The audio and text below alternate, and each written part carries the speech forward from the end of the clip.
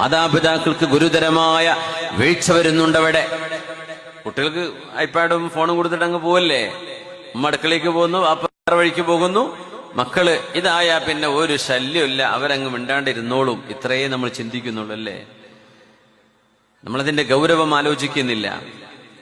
നമുക്കത് കൺട്രോൾ ചെയ്യാൻ കഴിയില്ലെങ്കിൽ അത് കൊടുക്കണ്ട, ലിമിറ്റ് ചെയ്യണം.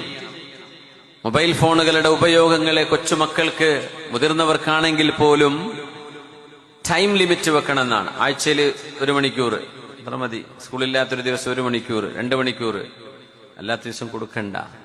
എന്തേ? നമുക്കും കൺട്രോൾ ചെയ്യാൻ പറ്റില്ല, അവർക്കും കൺട്രോൾ ചെയ്യാൻ പറ്റില്ല. പിന്നെ അതിൽ നിന്ന് നല്ലത് പഠിക്കുന്നുണ്ടോ, ഖൈർ മനസ്സിലാക്കാൻ അവസരമുണ്ടോ? യാ ഹബ്ബദ, അങ്ങനെ നല്ലല്ലോ ഉണ്ടാവുക, നമ്മൾ അറിയുന്ന പോലുമില്ല. ഏതുപോലെ എന്നറിയോ?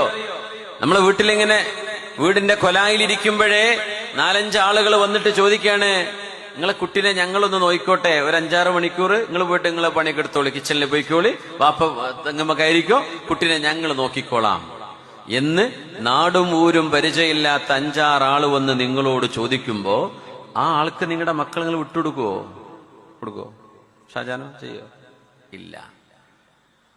അതുപോലെ ഈ ഐപാഡും മൊബൈലും കൊടുത്ത് ഏൽപ്പിക്കുക എന്ന് പറഞ്ഞാൽ അവരാരാണ് പിന്നെ നോക്കുന്നതെന്ന് നമുക്കറിയുന്ന പോലും ഇല്ല. പരിചയമില്ലാത്ത ആൾക്കാരുടെ കയ്യിലേക്ക് മക്കളെ ഏൽപ്പിക്കുന്ന പരിപാടിയാണ് ഈ പരിപാടി നമ്മൾ ചെയ്യുന്നത്. അതിലൂടെ സംഭവിക്കുന്നത് എന്താണെന്നറിയോ?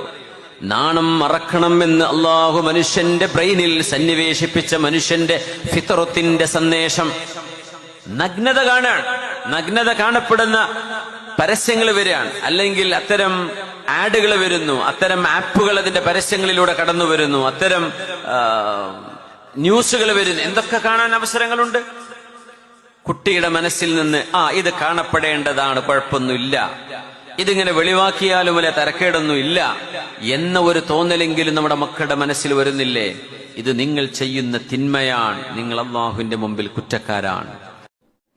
സ്വല്ലു അല നബി മുഹമ്മദിൻ വആലിഹി.